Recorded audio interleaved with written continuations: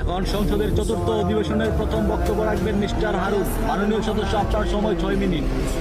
ধন্যবাদ মাননীয় স্পিকার। মাননীয় স্পিকার, আমাদের এই বাংলাদেশ প্রকৃতির অপরূপ সৌন্দর্য ভরা এক শান্তির ভূখণ্ড, বিশ্বের দীর্ঘতম সমুদ্র সৈকত, পৃথিবীর বৃহত্তম ম্যানগ্রোভ বন এবং হাজার বছরের সংস্কৃতি সহ এই দেশের মাটিতে জন্ম নিয়েছেন বহু জ্ঞানীগুণী মানুষ, যা আমাদের দেশের গর্ব।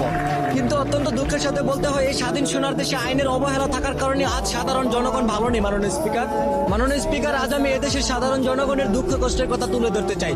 বর্তমান বাজারে নিত্য প্রয়োজনীয় জিনিসপত্রের দাম এতটাই বেড়ে গেছে যে সাধারণ খেটে খাওয়া মানুষ দিশেহারা হয়ে পড়ে। চালের দাম, তেলের দাম, গ্যাসের দাম বাড়ে, কিন্তু সাধারণ মানুষের আয় বাড়ে না। এই অভাবে পরে দেশ ও জাতির উন্নয়নের আশা করা যায় না। মাননীয় স্পিকার, আজ দেশের হাজারো শিক্ষিত যুবক বেকার ঘুরছে। বাবা মা কষ্ট করে পড়াশোনা করায়, কিন্তু পড়াশোনা শেষ করার পরও চাকরি নেই। বিশেষ চাকরি করতে গেলেও যোগ্যতা চাই, আবার কিছু কিছু ক্ষেত্রে ঘুষ ছাড়া চাকরিও পাওয়া যায় না। যে দেশের মেধাবী যুবক বেকার থাকে, সে দেশ কখনো পুরোপুরি ভাবে উন্নত হতে পারে না। মাননীয় স্পিকার, বর্তমান সামাজিক যোগাযোগের মাধ্যমে অপপ্রচার, প্রতারণা, কিশোর গ্যাংয়ের কার্যক্রম প্রতিনিয়ত বেড়ে চলছে। অল্প বয়সী ছেলেরা মাদক, সন্ত্রাস আর অপরাধের দিকে ঝুঁকে পড়ছে।